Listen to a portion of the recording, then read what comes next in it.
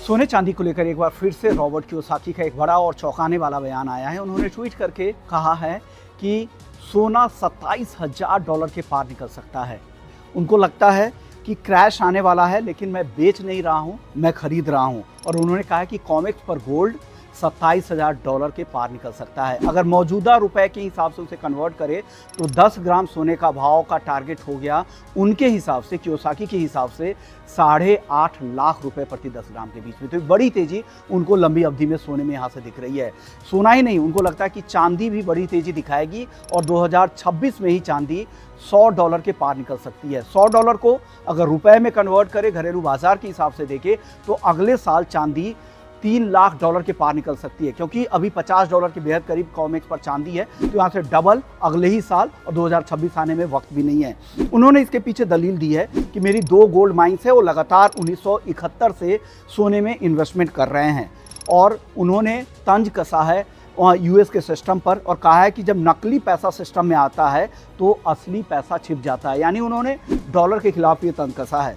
2026 को लेकर तो बड़े टारगेट उन्होंने सोने और चांदी को लेकर ही नहीं दिए हैं, बिटकॉइन को लेकर भी दिए हैं। बिटकॉइन उनको लगता है कि 2026 में $2.5 लाख के ऊपर निकल सकता है। इसके अलावा एथेरियम उनको लगता है कि $60,000 के ऊपर निकल सकता है। जिनका नेटवर्क जितना ज़्यादा बड़ा होगा उतनी ही ज़्यादा उसको वैल्यू मिलेगी, ऐसा रॉबर्ट कियोसाकी मानते हैं।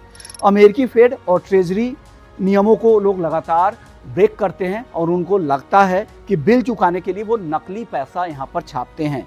आज अमेरिका इतिहास का सबसे बड़ा कर्जदार है। उनका डेट लेवल लगातार बढ़ता जा रहा है और वो इससे बचने के लिए लगातार पैसे की छपाई करते हैं, और जो सस्टेनेबल नहीं है, ऐसा रॉबर्ट कियोसाकी का लगता है। और इसलिए वो कह रहे हैं कि सोना और चांदी जो एक दुर्लभ कमोडिटी है, इसको फ़ायदा यहाँ पर लॉन्ग टर्म में मिलने वाला है। साथ साथ उनको लगता है कि बिटकॉइन और इथेरियम जैसे जो बड़े नेटवर्क वाली क्रिप्टो करेंसी है, यहाँ पर भी बड़ी तेज़ी आने की संभावनाएं हैं।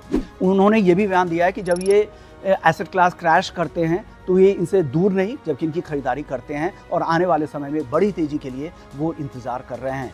रॉबर्ट कियोसाकी के बारे में बता दें कि ये वही राइटर है जिन्होंने रिच डैड पुअर डैड जैसी बुक लिखी है और भी कई सारी बुक्स लिखी है, लेकिन ये उनकी बेस्ट सेलर बुक्स थी और काफ़ी पॉपुलर भी थी और लगातार इस तरह के बयान करे भी रहे हैं। हालांकि उनके पिछले कई सारे टारगेट अचीव भी हुए थे और इस बार का जो टारगेट है वो काफ़ी चौंकाने वाला है, 8.5 लाख का टारगेट। हालांकि ये उन्होंने लंबी अवधि के लिए दिया है, लेकिन तो भी एक बड़ा बयान एक बड़े इन्वेस्टर्स की तरफ से, एक बड़े राइटर की तरफ से आया है।